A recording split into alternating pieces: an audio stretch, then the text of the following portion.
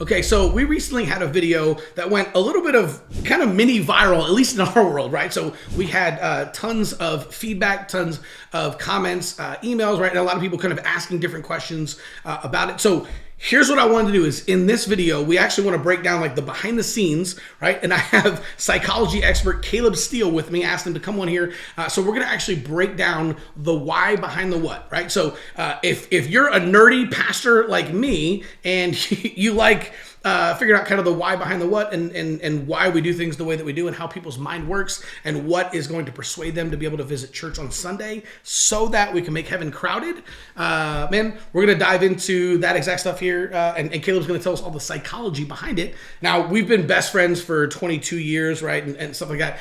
But he's actually one of the smartest human beings I've ever met. He has this master's in psychology, right? A background in like counseling and all like the smart people stuff and all that, right? So when he's like talking about like brain science and that's what's called brain science, neuroscience, all the science. This dude is ridiculously smart. So I asked him to come to this video so we could break down a lot of what you could do in your church in order to be able to get more Sunday morning visitors and to be able to build a church growth machine. One of the most exciting parts, I think, in psychology that really fits in with the biblical worldview is cognitive behavioral science, which has been an emphasis in that field, in the field of psychology for a while now. And there's so much application, and we're applying it every day with what we do. Okay, so if you guys saw the video, awesome. If not, no sweat. We're actually going to walk through the pieces of it here. You can always watch that later. But we did put together a PDF for you so you have all the pieces of the funnel and you don't have to worry about whether or not you missed anything or take notes or pause the video or anything like that. So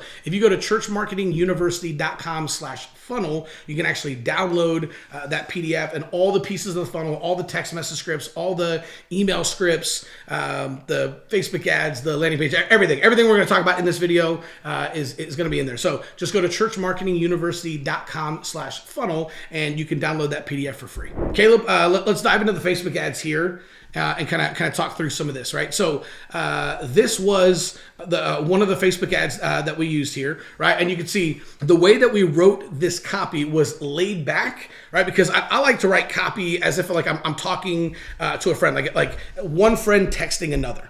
Right, is I'm trying to speak to one person. So specifically, I was trying to reach like a 35-year-old dad or a 35-year-old mom who has elementary school age kids. And they used to go to church back in the day, but they thought church was boring. And so the second they could make their own decision, like they pieced out and they left. This is found in studies. When people have babies, have kids, parents then sort of go, oh my goodness, I'm gonna need help with the moral things. Like I want to raise, but I need help. I want my kids to grow up in church because it's a moral center there, and we know that what we're teaching in church is good. A fascinating part of this picture to me is kids evoke some of the most dramatic emotional responses in people. Kids can evoke the most powerful emotions. A woman or a husband or a mom or a dad who have lost a child.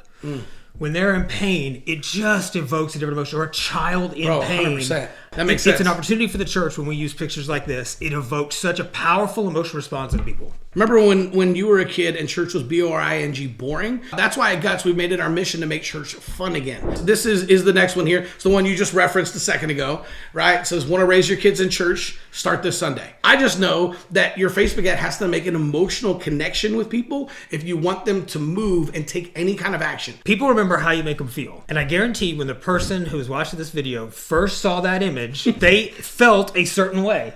And had you put up a picture that was like a glamour shot of something, of a family all standing there going like this, the fake, there's no emotional connection there. Even though they're smiling, that's real. Here's the point of this. Okay. That faces can evoke emotions in others. That there's an adaptive, God made us in a certain way so that when we show our emotion on our faces, other people have an emotional reaction to it. And people remember most how you make them feel. If you show that the images of children having fun, as parents, they're just like, I just want my children to be happy. You know that feeling where you're like, man, everything's a complaint. It's nothing but stress and fatigue. 100%. And we just need a break. We need them to have fun and be happy. So if you can convey that in your ad, they're going to go there. They're going to be taught something that's moral. Yep. There's that. And then also, if they can have fun, man, I'll bring them back. And that's exactly what we want, right? We want them to come out, have fun, and then we want them to bring them back again. So we'll show you guys the next piece of the funnel, right, which is the the landing page. What we did was, like, we have this video right here. And again, there's a lot of psychology behind the video itself. But I know that people want to see the church before they show up, right? Like, it's intimidating, the idea of going to a church for the very first time. Where am I going to park? What does the church look like? Where's the front door? That was the idea behind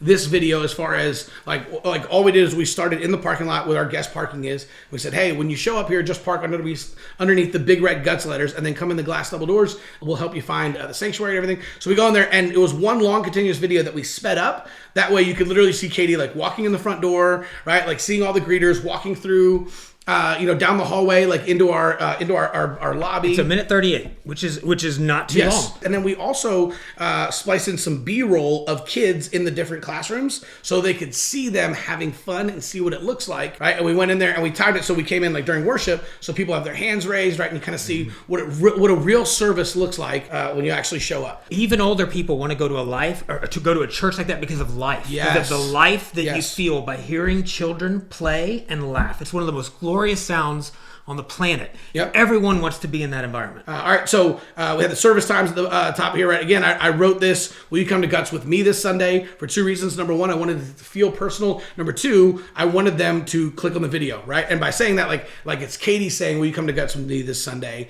At this point, they have no idea who we are. They just clicked on a Facebook ad. They're coming to the landing page, and the landing page is explaining who we are, right? So we have the service times this Sunday, 9:30, 11 a.m. And then you'll notice, like with the copy, there's a lot of white space here, right? There's a lot of spaces. We didn't put everything. A lot of churches make this mistake, right? So you can see the emotion that creates is anxiety and overwhelm. When you put so much text on a screen, it's overwhelming. It's too visually stimulating, and it's overwhelming amount of content to try to sort through. Bro. And again, if you're trying to be careful about how you make people feel when they land on your website, then you've got to do this so that they don't feel overwhelmed just by landing there.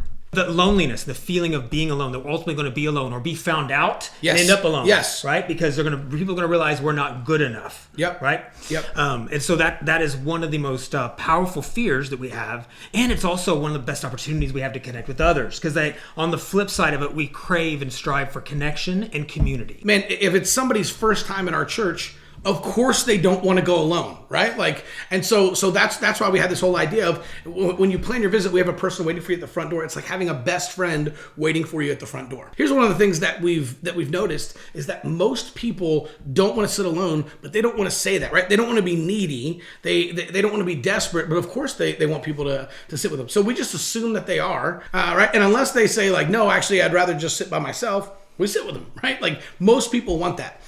They just don't want to ask for it because they don't want to be needy. They don't want to be desperate, right, or come across awkward. Again, the red plan your visit button, you want the button to stand out. It's a design mistake, right? Especially when you get designers building beautiful websites, is they want all of the buttons and everything to match, right? So all your accent colors, right, your logos and all your colors are the same. The problem with that is if you're trying to get people to actually click a button, that button color blends in with, because it's the same color all throughout, so it just blends in with everything else on your website.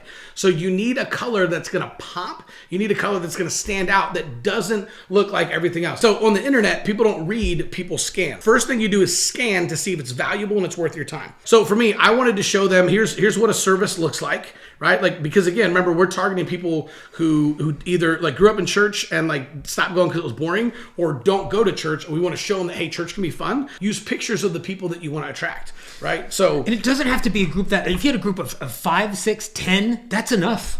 Like a lot, like that's enough. Every single person wants to be a part of a group that about that size. I think what is it, 12 is about kind of the maximum number of really close personal friends a person can even have, right? So even your introverts still want to have a close circle of friends, of a group of people. Again, easily scannable, right? So I used the headline, you can wear whatever you want, drink coffee in the sanctuary, and listen to a relevant message from Pastor Bill Scheer. And then again, because I know that people are scared of being judged at church and just assume that church people and that Christians are judgy. So we literally say, hey, we don't judge, we help people win, right? And so, and again, like all these pictures I chose like on purpose, right? So different emotions. I love it. That's exactly right. I wanted to show kids having fun, right? They're actually in a bus on the way to camp, right? I just wanted to show them having fun, enjoying church, right? I showed a church service down here, right? It was like I don't know about you guys, like I want to be at that church service, like that looks cool, and I want to take my kids to a service like that because I think they're gonna think I'm like a rock star after I take them to something like that. Like, Dad, church was so fun, right? Like that's what I want them to do, and so that's why I chose that picture. And then because we're talking about kids here, say, hey, our kids church has fun services, engaging music, age appropriate Bible lessons, rock wall. Well, yeah, we made it in a bullet point, so it's easily scannable. We have a another plan your visit button, right, red one. Locations and service times, right? So here's the 3 different campuses we have with different service times, link to directions. And then this right here, people who have never been to church are intimidated, right? They don't know what the people look like. And so every single person has 2 questions that you have to answer in order for them to visit your church, right? Who's the pastor and who are the people? So they want to know, like, hey, do the people, like, do they look like me? Do they dress like me? Are they in the same season of life as me? But they also want to know who the pastor is, what his style is like, and right, and kind of what he looks like and that kind of stuff. So if you say test drive a service, people go, oh yeah, I do want to test drive it, right? And these thumbnails on purpose, again, intentionally have pictures of Pastor Bill, so they know, oh, this is the pastor. So now they can click it and they can listen to a sermon, right? And they're not going to listen to the whole thing. They might listen to 30 to 60 seconds. Yeah. It's a test drive. So we just kind of finished it, right? Just kind of a way to kind of make you smile a little bit. Like, hey, seriously, you're coming to Guts this Sunday, and we can't wait to. So you tried to make him smile with that line? Man, I did try to make him smile, right? Like, and I don't know if it works on everybody, but it works on me. You're showing certainly insistence. You're being persistent, and I think what this communicates is that you're making them feel wanted. Yes. As they are, not VIP. Not you're coming with me. I don't care. You can dress how you want. Drink, bring your kids. It doesn't matter. Just come. Come. Yep. Just show up. Want you. Right. That's it. Okay. So now you guys kind of understand, right? Just an overview of why we created the video, right? Why we said we come to Guts with me this Sunday, service times, right? Easy, snack size information, right? Bite size information is easily scannable, right? The pictures, the headlines, a little bit of copy, right? The kids stuff, right? More snack size information, locations and service times, test drive a service, right? A little just kind of a friendly, hey, seriously, you're coming to Guts this Sunday. We can't wait to meet you. We won't take no for an answer, right? Even throwing a little smiley face emoji. Let's kind of talk about some of this right here. Coming to the dashboard, right? You can see we had in that 4-month period, right? Again, we talked about this if you saw the original video. 447 plan your visits in 4 months. We had 32,000 unique visitors. You'll get 1 plan your visit for every 200 or 300 clicks, right? So someone clicks on your ad, goes to your website, right? That's 1 unique visitor, and every time you have 200 or 300 of those, you usually have about 1 plan your visit. Not everyone's going to plan a visit. So 447 plan your visits, 32,000. That's actually, instead of 1% conversion rate, that's a 13.7% conversion rate. You've got an email and a phone number.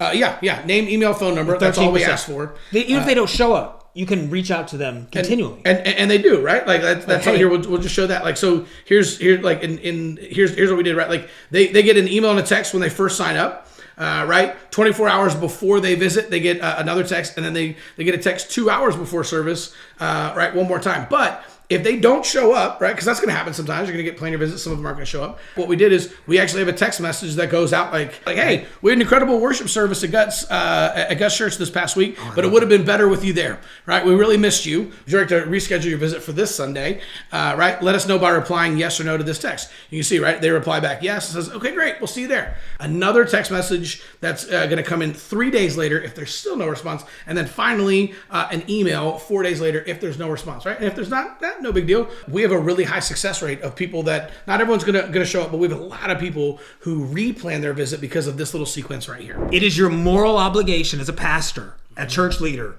to follow up with your no-shows. If they say they're coming on Sunday and don't show up, it's your moral obligation to check in with it. Instead of, you have to be unoffendable. They're more than likely you've misguided. It's possible something came up, and maybe no excuse is good enough, but it's your moral obligation because they probably feel guilty. Maybe something came up and they need prayer. That's good. But we have to follow up. You have to, because the risk is they feel like they didn't show up, they've sinned, and if they don't hear from you, there could be a chance they feel rejected. That's actually the risk. So be more worried about them feeling rejected than you getting rejected.